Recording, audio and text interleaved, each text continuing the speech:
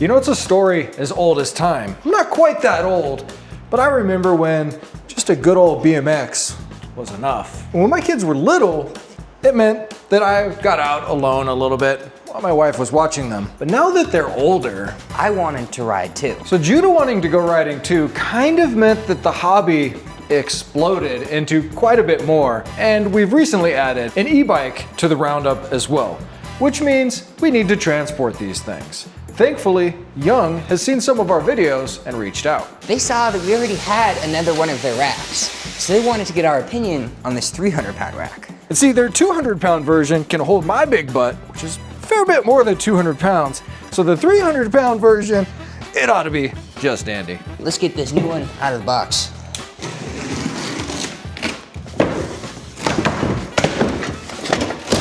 Boy, do I feel old when I appreciate good packaging. This thing looks, everything's tightly packed in here, not gonna be all damaged. A nice powder coating too. Well, I understand most people are gonna put their unit together on the floor. I really don't like bending over on the floor on my knees that much. So we're gonna use my workbench up here, my little welding table. Judah's gonna get all the parts, including the instructions, because we're gonna follow the instructions. I was trying to get it on the table. It didn't work. That's really light. It's a lot lighter than I thought it was gonna be. So the ramp, steel, steel, aluminum. Look at this. Oh, that's her. Wow, that's a lot of adjustment. Dude, the actual hitch part, goodness, this is heavy. I wonder it can do 300 pounds. It's got internal bracing. Look at how thick the wall is. I think that's 1/4 inch. This stuff can't quite fit on here. I was close. It's not 1/4, it's 3/16. Had to get my metal gauge out, and it looks like our side here, this is probably 10 gauge with the powder coat on there, which nonetheless makes for a heavy duty receiver shank there. That's a big pin. Some Velcro straps. Comes with a key. Sweet. And it comes with one of these. Hitch lock. Or a hitch Oh thingy. yeah, this is an anti-rattle plate. Nobody needs that though. So for installation, this would probably be easiest if you went ahead and put this in your receiver. We're gonna do it here on the bench because we're already here in the garage. You're gonna start with your big M16 bolt here with 24s on both sides. And then you're gonna have your pivot pin go through to hold that in place. This is what you're gonna use when it's on the vehicle so that you can pivot this up vertically and out of the way. That means a couple of important things. You wanna tighten this bolt down tight, but if you go so tight that it pinches it, you're not gonna be able to rotate it. We like to take it until there's some pressure on our racks so that it's not gonna just fall out when you take the pin.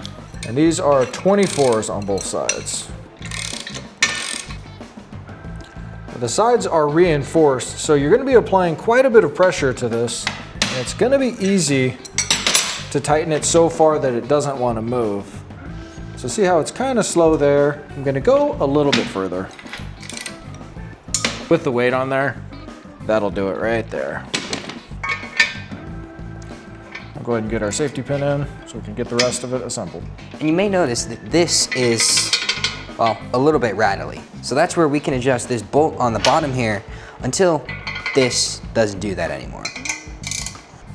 I see it coming through and I see it putting some pressure on there. So go ahead and feel your pin. There you go. That's super tight.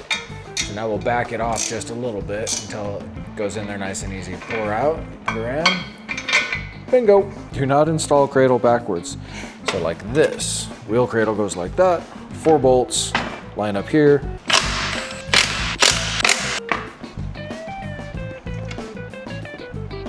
If you're using power tools here, this is one opportunity that you could damage things. Whenever you're screwing into aluminum, you just want to be a little more careful that you don't cross thread or over torque them.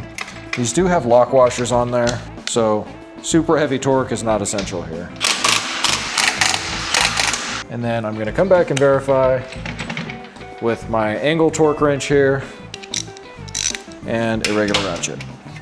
And then it's got T-bars on the bottom so that we can install them side to side and get the bikes lined up.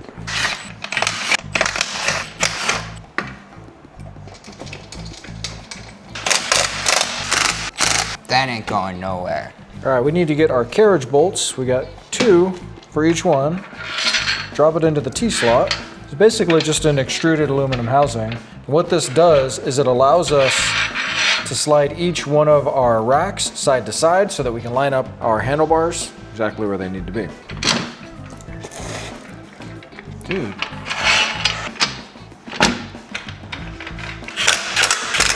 Damn, this thing's pretty heavy duty.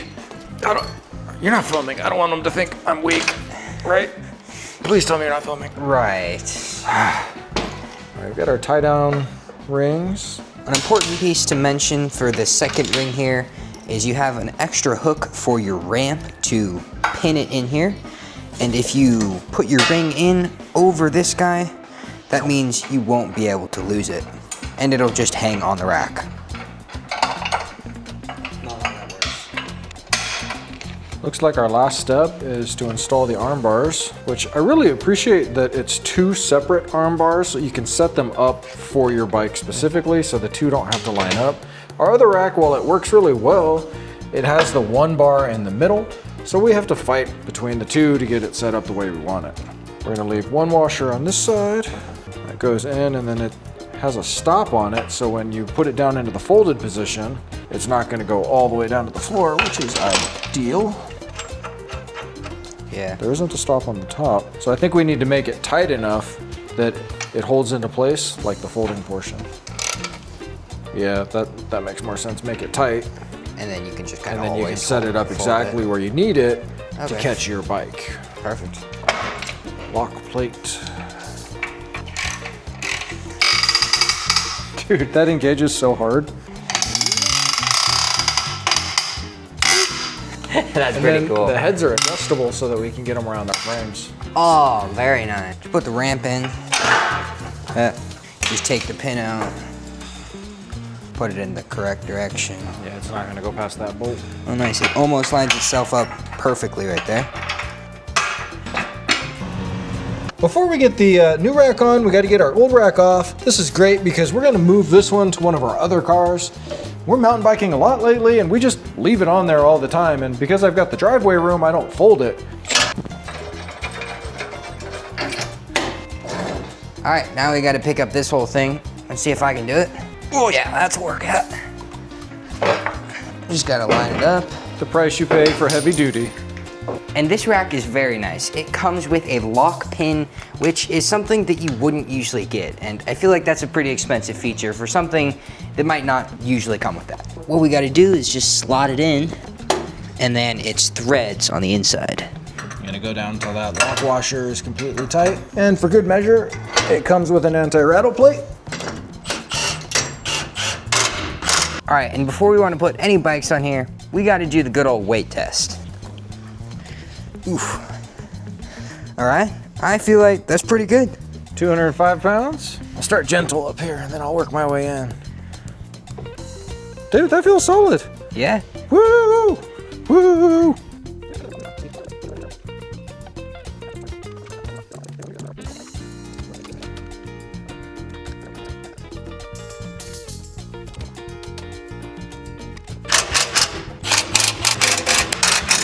All right, now that the bikes are on here, we got to give it a little shaky shake. The bike itself is very solid. Like, I would not be worried about that at all. Obviously, the whole rack just moves a little bit, but that's just flexing. We've had the rack on both the truck and the Tesla over the past few weeks. Driving over pavement, dirt, trails, you name it, watching the bikes in the mirror, they look nice and solid. With the rack's 3-point mounting system, they aren't going to go anywhere. The rack itself does have a little bit of flex in it. Every single rack that you could try is going to have a little bit of movement. Using the rack on the Tesla, there were only a few problems that we ran into. Because this car has a hidden hitch, we weren't able to use the locking pin that came with the rack, so we ended up using the pin from the old one. And we weren't able to fit in the anti-rattle plate. What that meant was coming down this, nicely manicured dirt trail, the bikes are moving around quite a bit more. Do I have any concerns with that? No. The hitch is ridiculously strong, the rack is ridiculously strong, and these things are locked down completely in place, both with the tires and with the upper mount here, which I really do like this center point here that you can adjust to anywhere on the bike. With the quick release adjustment points, it's really easy to get the bikes on and off. So let me show you how to do it with this one. First, because this is a heavy e-bike, we got to take our pin out of the ramp and then just slot it in to those two holes on the end. And for our straps, we don't want to start on the top because this will just help keep the bike from falling over. We got to start on the tires here. Just simply push the tab in and pull all the way out of the way. Start on the front.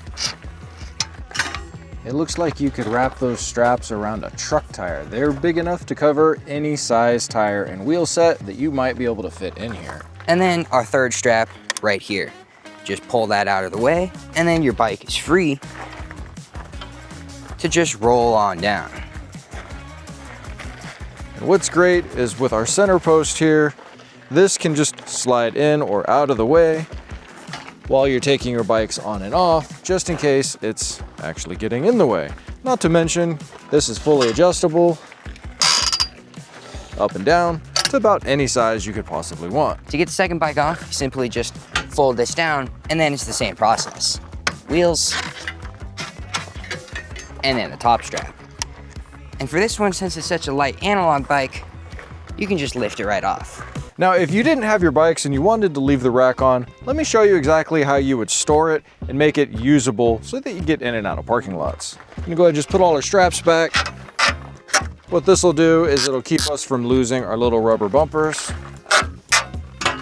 Gonna lock our ramp back in place.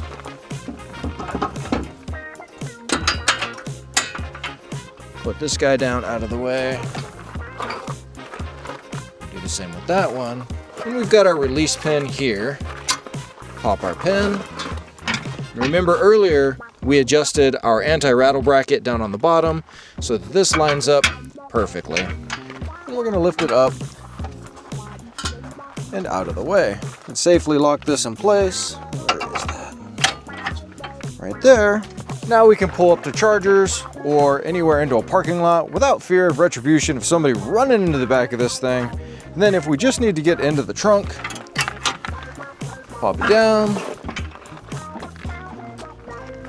And then you've got access to all your gear in the back. So with all of that said, what do we think of this rack? Well, I personally love it, specifically because the adjustability is just infinite. You've got big straps on all three tie-down points. Your vertical rack goes just about anywhere you want. Your rear tire stop accommodates up to 52 inches of wheelbase, and your actual bike rails slide forward and aft, which means you can fit infinite number of a pair of bikes on here. So if you're looking for a bike rack that can really just do it all with infinite adjustability and up to 300 pounds of rating, this is definitely the one. With all that said, I gotta say thanks to Young Racks for sending this out to us so that we could give it a test. We've already got our other one. I think that one will work better on here because it's a little easier to install, and we'll keep this one on the truck. The truck is gonna see a lot more of the dirt trails and the off-road stuff than the little Tesla will, so having that combination is gonna be fantastic for us. A big thanks to Young again. We really do appreciate it. So thanks so much for watching. Like, subscribe, comment what you think of this rack. And until then, see you in the next one. See you. Wait for me!